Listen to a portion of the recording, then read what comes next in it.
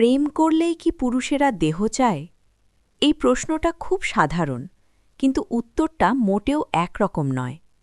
অনেক নারী মনে করেন প্রেম মানেই পুরুষের দেহ চাহিদা, আবার অনেক পুরুষ বলেন সবাইকে এক পাল্লায় মাপা হয়।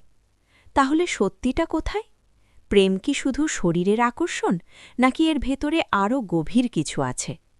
১. পুরুষের প্রেম কি একরকম? না, সব পুরুষ এক নয়, যেমন সব নারী একরকম নয়। কেউ প্রেমে আগে চায় সময়, কথা, বোঝাপড়া, মানসিক সংযোগ। আবার কেউ কেউ আছে যারা প্রেমকে শুরু থেকেই শারীরিক আকর্ষণের সঙ্গে গুলিয়ে ফেলে। সমস্যা হল আমরা কিছু মানুষের আচরণ দেখে সব পুরুষকে একই চোখে দেখি। ২. দেহ চাহিদা কি অস্বাভাবিক? পুরুষ বা নারী, দেহ চাহিদা দুজনেরই স্বাভাবিক। এটা মানবিক, লজ্জার কিছু নয়। কিন্তু পার্থক্যটা এখানেই, দেহ চাহিদা আর দেহকেন্দ্রিক প্রেম এক জিনিস নয়। যে প্রেমে শুধু দেহটাই মুখ্য, সেখানে মানুষটা ধীরে ধীরে গুরুত্ব হারায়। ৩. পরিণত প্রেম কি বলে?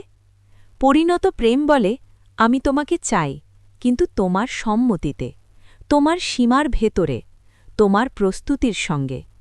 যে পুরুষ সত্যিকারের ভালোবাসে সে কখনো জোর করে কিছু চায় না, সে অপেক্ষা করতে জানে। ৪. সমস্যা হয় কোথায়? সমস্যা হয় তখনই যখন প্রেমের নামে চাপ দেওয়া হয়। ভালোবাসলে এটা করতেই হবে, এই মানসিকতা তৈরি হয়। এটা প্রেম নয়, এটা আবেগের ওপর দখল কায়েম করার চেষ্টা। ৫. নারীদের ভুল ধারণা ও পুরুষদের দায়িত্ব।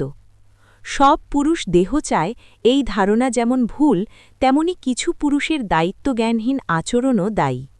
পুরুষ যদি নিজের আচরণে স্পষ্ট না হয়, তাহলে বিশ্বাস নষ্ট হয়, আর বিশ্বাস ভাঙলে প্রেমও টেকে না। শেষ কথা, প্রেম করলেই পুরুষেরা দেহ চায়, এই কথাটা অর্ধসত্য। কিছু চায়, কিছু চায় না। সবটাই নির্ভর করে মানুষটার মানসিকতা, মূল্যবোধ আর উদ্দেশ্যের ওপর। যে প্রেমে সম্মান নেই, সে প্রেমে ভালোবাসা বেশিদিন থাকে না।